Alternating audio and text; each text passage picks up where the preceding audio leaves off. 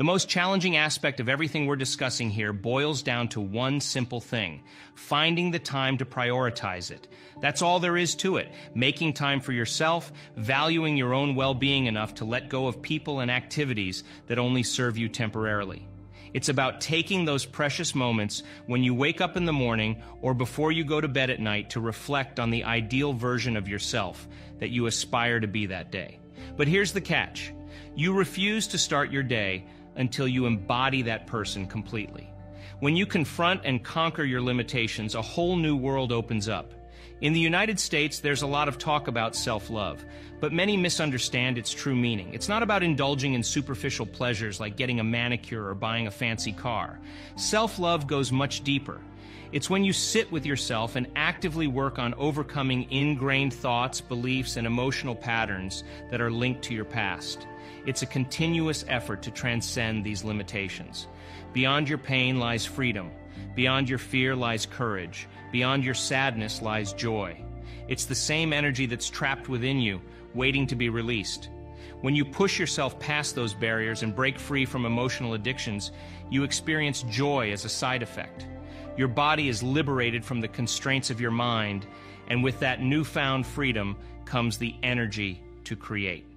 As you break through these barriers, you begin to genuinely love and respect yourself.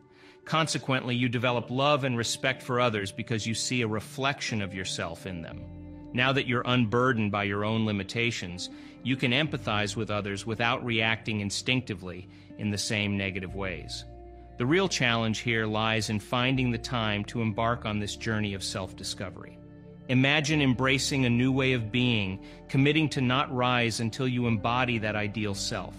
By doing this, you not only wire this concept into your brain, but also allow these thoughts to become your lived experience. Your body, as the unconscious mind, starts living in that future reality in the present moment.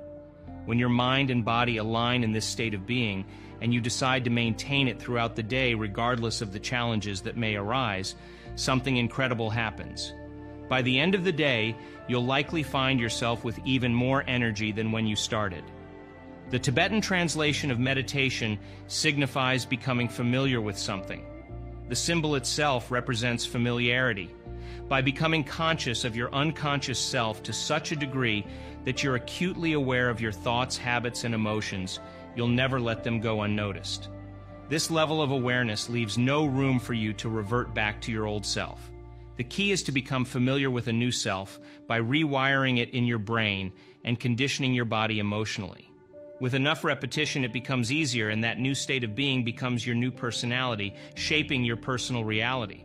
Substances have a unique ability to alter the chemistry of the brain and body, leading to chemical dependence. However, the desire to change must come from within. That's the initial requirement. In other words, no one can force you to change. You must discover the motivation within yourself and determine if this is truly what you want to pursue. Over my years of study, I've observed individuals who possess an astonishing ability to change. Take, for instance, an older person examining their x-rays, noticing a spot on their lungs. The doctor advises them, saying, "George, that spot is harmless for now, but if you continue smoking, it will become a problem." In response, that person tosses their cigarettes in the trash and quits the next day. How can we explain this? It all comes down to a decision that becomes an experience, subsequently rewriting their biology and chemistry. Similarly, have you ever wondered how someone in a state of religious ecstasy, possessing unwavering faith, can drink strychnine without being poisoned? Once again, it's a decision, an energetic decision.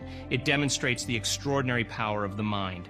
Therefore, individuals who genuinely desire change must approach it with firm intention. Once you grasp the method, you'll realize that you can't rely solely on your conscious mind to effectuate this transformation. You must transcend the analytical mind and delve into different states of consciousness, harnessing the power of brainwave patterns.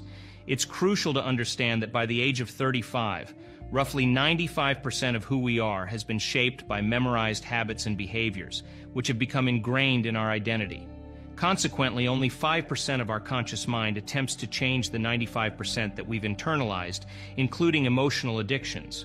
Imagine someone who desires to think positively, but has spent the last 25 years dwelling in negativity, reinforcing those neural programs. They may yearn for a new life with different circumstances, but their subconscious programming generates feelings of guilt. This creates a conflict between the mind and body.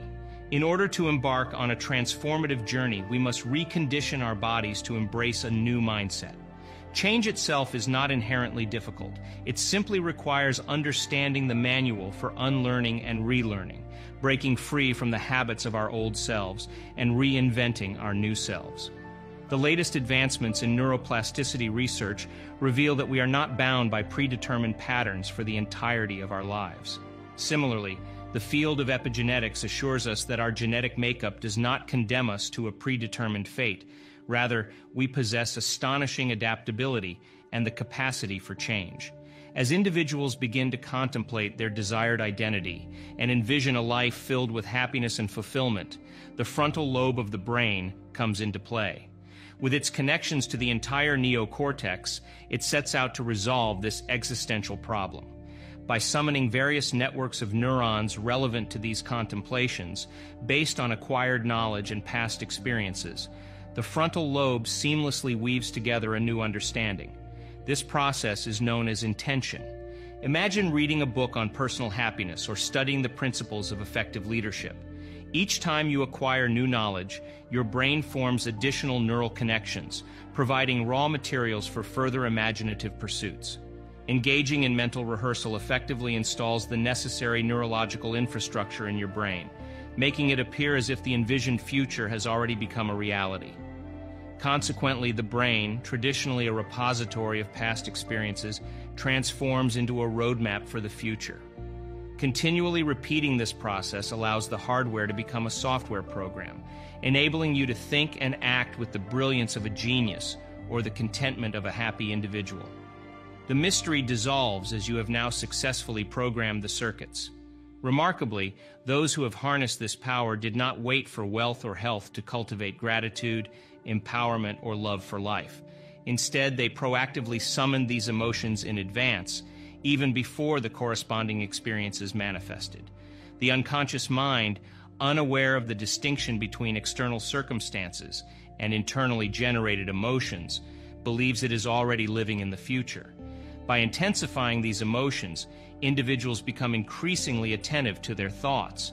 Gradually, their biology shifts from being bound by the realities of the past and present to aligning with the possibilities of the future.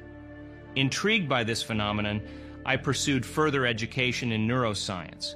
It became clear to me that the internal process of rehearsing and imagining held the key to this transformative journey. During these profound moments, individuals often lose track of time and space. Opening their eyes, they believe only a brief interval has passed, unaware that hours have actually slipped away. In the present moment, we access a state of being where self-awareness dissolves, allowing us to transcend ourselves. According to the quantum model of reality, it is in this generous present moment that we gain access to alternate possibilities beyond the confines of our familiar past or predictable future.